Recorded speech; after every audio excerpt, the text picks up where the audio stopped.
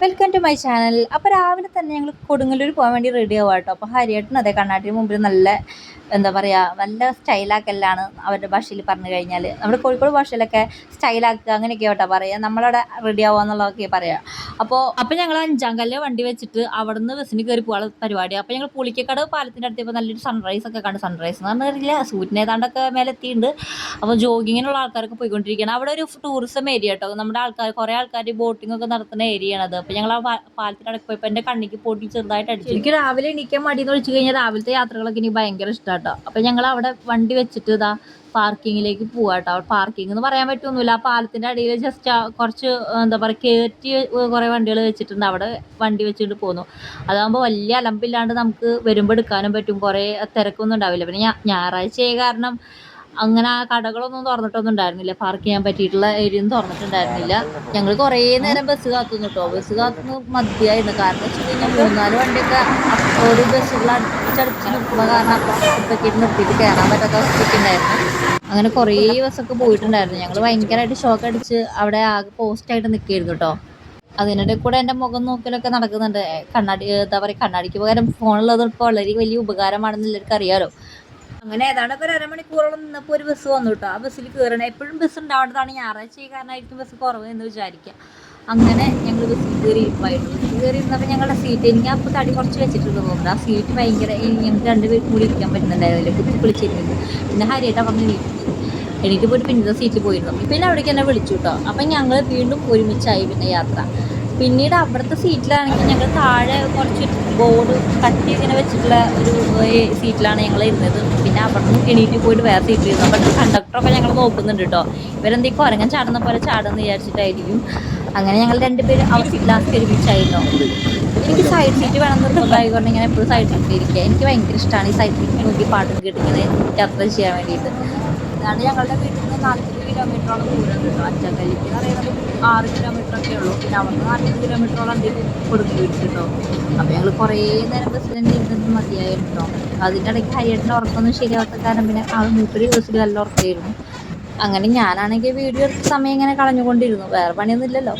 പിന്നെ കൊടുങ്ങല്ലൂർ ഇറങ്ങി കിട്ടും. അപ്പോൾ അമ്പലത്തിലേക്ക് പോയിക്കൊണ്ടിരിക്കുകയാണ്. അപ്പോൾ കുറച്ചൊന്ന് റോഡ് ക്രോസ് ചെയ്യാനൊക്കെ ഉണ്ടായിരുന്നു. അതാണ് കാണുന്നുണ്ട് അമ്പലം. ഇവിടെ വലിയ തിരക്കൊന്നും ഇല്ലാന്ന് തോന്നുന്നുണ്ട് കണ്ടിട്ട് എന്ന് പറഞ്ഞിട്ട് അകത്ത് കയറിപ്പോയതാ. പക്ഷെ തിരക്ക് കണ്ടപ്പോൾ ശരിക്കും കിളി പോയിട്ട് നല്ല തിരക്കായിരുന്നു.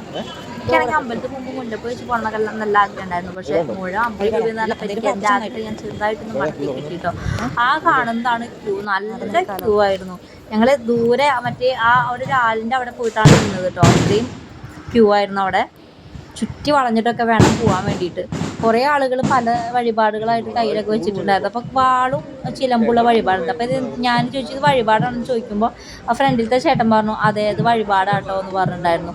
അപ്പം ഞാൻ ചുമ്മാ എന്തായാലും ഇത്തവണ പോയി വഴിപാടൊന്നും ഉണ്ടായിരുന്നില്ല. അപ്പം ഞാൻ പറഞ്ഞു നമുക്കത് ചെയ്താലോ എന്ന് പറഞ്ഞാൽ ഭാര്യയുടെ പറഞ്ഞു നീ ആവശ്യമില്ലാത്തൊന്നും കാര്യം അറിയണം നേരെ എടുത്തിട്ടോ എന്നൊക്കെ പറഞ്ഞിട്ടാണ്.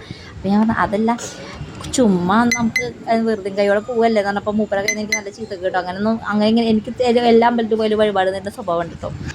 ഈ ലൈൻ ഇങ്ങനെ നീങ്ങിക്കോട്ട് പെട്ടെന്ന് നീങ്ങുന്നു കേട്ടോ. പക്ഷെ ഗുരുവായൂരൊക്കെ നിൽക്കുകയാണെങ്കിൽ കുറേ നേരം നിൽക്കണം. ഇത് പെട്ടെന്ന് ക്യൂ നീങ്ങി പോകുന്നുണ്ട് കേട്ടോ. അപ്പം ഞങ്ങൾക്ക് വേഗം തന്നെ അകത്ത് കയറാൻ പറ്റി. പിന്നീട് ഞങ്ങൾ അവിടുന്ന് അമ്പലപ്രദർശനമൊക്കെ ചെയ്ത് ഇങ്ങനെ നടക്കുക കേട്ടോ. എനിക്കാണെങ്കിൽ ഭയങ്കര പേടിയാണ് ഈ പടക്കം പൊട്ടുന്നത്, കതിനെ പൊട്ടുന്നത് കേട്ടോ. അപ്പോൾ ഇടയ്ക്കിടയ്ക്ക് അതിൻ്റെ ശബ്ദം കേൾക്കുമ്പോൾ ഞാൻ ഞെട്ടിക്കൊണ്ടിരിക്കുന്നുണ്ടായിരുന്നു. എൻ്റെ പുറകിലൊരു കുട്ടി കിടന്ന് കളിച്ചുകൊണ്ടിരിക്കണണ്ടില്ല. ആ കുട്ടി കളിക്കണണ്ടപ്പോൾ എനിക്ക് മോളെ കൊണ്ടുവന്നാലോ എന്ന് തോന്നിയിട്ടോ. പക്ഷെ മോളെ കൊണ്ടുവന്നു കഴിഞ്ഞാൽ അവൾ എണീറ്റിട്ടുണ്ടായിരുന്നില്ല. അത് കാരണമാണ് കൊണ്ടുവരാണ്ടിരുന്നത്.